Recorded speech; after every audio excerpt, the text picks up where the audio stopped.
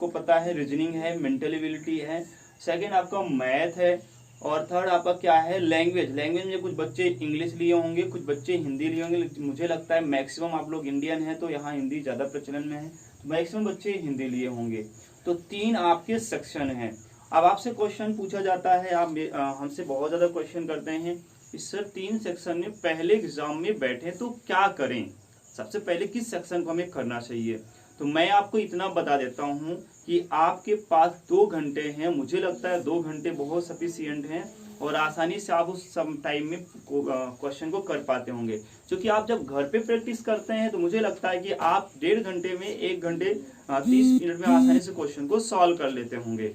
But जब आप exam में जाएंगे तो उसका प्रेशर रहता है और क्वेश्चन भी अनजान रहते हैं, तो आपको टाइम ज़्यादा लगेगा। बट आपको टाइम कैसे बचाना है और ज़्यादा फोकस किस पे पहले करना है, चलिए हम लोग स्टार्ट करते हैं। आपको बिल्कुल समझ में आ जाएगा इस वीडियो में। तो मैं बात करता हूं सबसे पहले 3 सेक्शन में। सबसे पहले आपको सॉल्व करना चाहिए मेंटल एबिलिटी या आप समझ सकते हैं रीजनिंग। तो रीजनिंग वाले चैप्टर को सबसे पहले फिल कर लेंगे। और कैसे फिल करना है, 40 क्वेश्चन है।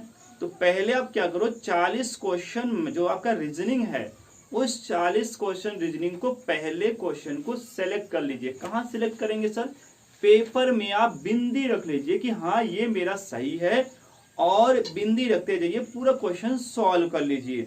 और पूरा क्वेश्चन सॉल्व करने के बाद जो जो ऑप्शन सही हो उस पर बिंदी रखते जाइए और ऐसा रखिए कि आप समझ पा रहे हों।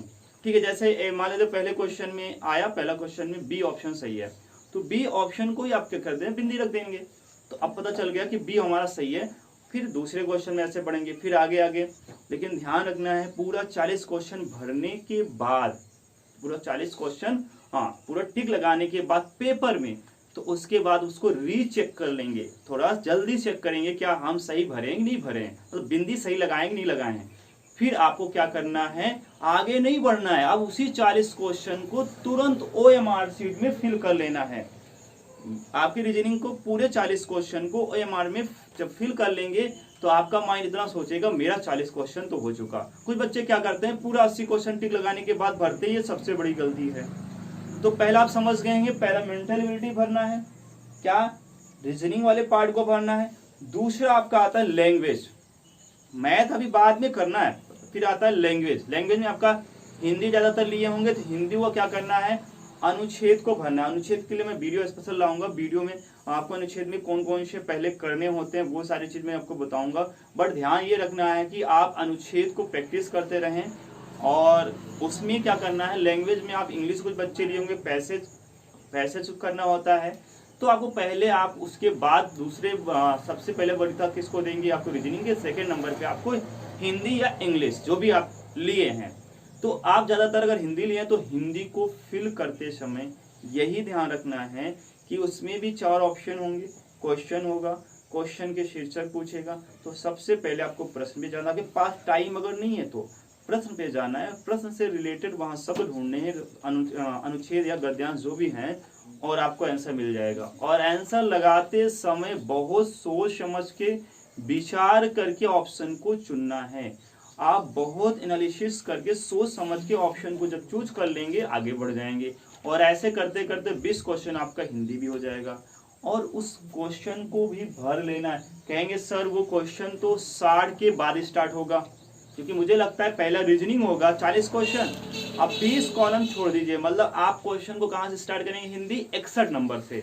तो ये बातें भी वहां ध्यान रखना है कि 61 नंबर से स्टार्ट किए, नहीं तो आप उसके बाद ही भरने लगो तो आपकी गलती हो जाएगी। ध्यान रखना है, अगर वहां पहला क्वेश्चन हिंदी का 61 नंबर है तो 61 नंबर से भरते आइए और 80 तक पूरा फिल कर लीजिए।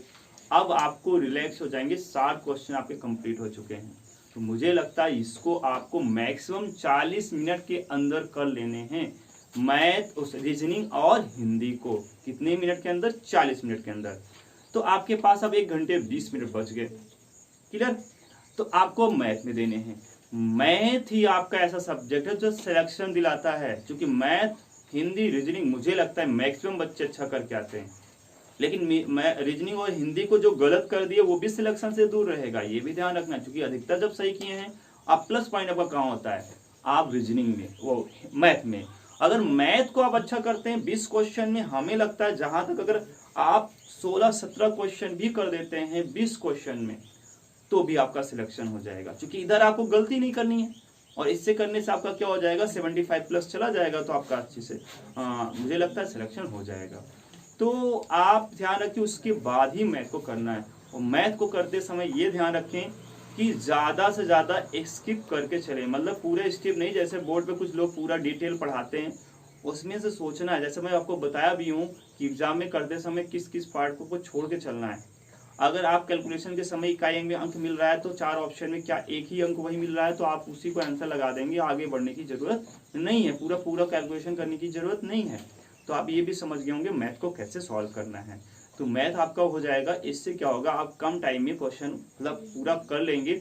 हाँ, ये बच्चे बहुत गलती करते हैं कि 20 क्वेश्चन जैसे ही सॉल्व करेंगे, मैथ में जो क्वेश्चन आपको नहीं बन रहा है सिर्फ आप उसको गोला करके आगे बढ़ जाएंगे। ये नहीं कि चैलेंज कर लेंगे मैं ये करके रहूंगा और करके रहूंगा, तो इससे क्या होगा, और क्वेश्चन चले जाएंगे और आपका टाइम और हो जाएगा। इससे अच्छा आपको ये है कि जो क्वेश्चन नहीं आए सिर्फ उस पर टिक करके आगे बढ़ जाओ, फिर आगे क्वेश्चन में बढ़ जाओ, फिर आगे क्वेश्चन में जाएंगे तो उसमें अगर आ रहा है तो आगे बढ़ते जाएंगे। जो क्वेश्चन टिक किए हैं आप, जो टाइम मिलेगा तो उससे बहुत सोच समझ के टाइम ज़्यादा देकर आप क्वेश्चन को सॉल्व कर पाएंगे। इससे क्या होगा, आपको जो आसान क्वेश्चन है वो तो छूटेंगे नहीं। ठीक है, आई होप सारी जानकारी आपको पसंद आई होती। वीडियो को ज़्यादा से ज़्यादा शेयर कीजिए, सबसे ज़्यादा बच्चों को प्रॉब्लम होती है, तो बिल्कुल आपको पसंद आएगा। और इसको शेयर कीजिए और ज़्यादा से ज़्यादा सब्सक्राइब करवाइए। जो भी बच्चे नए हैं बिल्कुल सब्सक्राइब कर रहे हैं, मुझे पता है, क्योंकि परिवार बढ़ता जा रहा है धीरे धीरे। तो चलिए मिलते हैं हम लोग नेक्स्ट वीडियो में और नई जानकारी के साथ।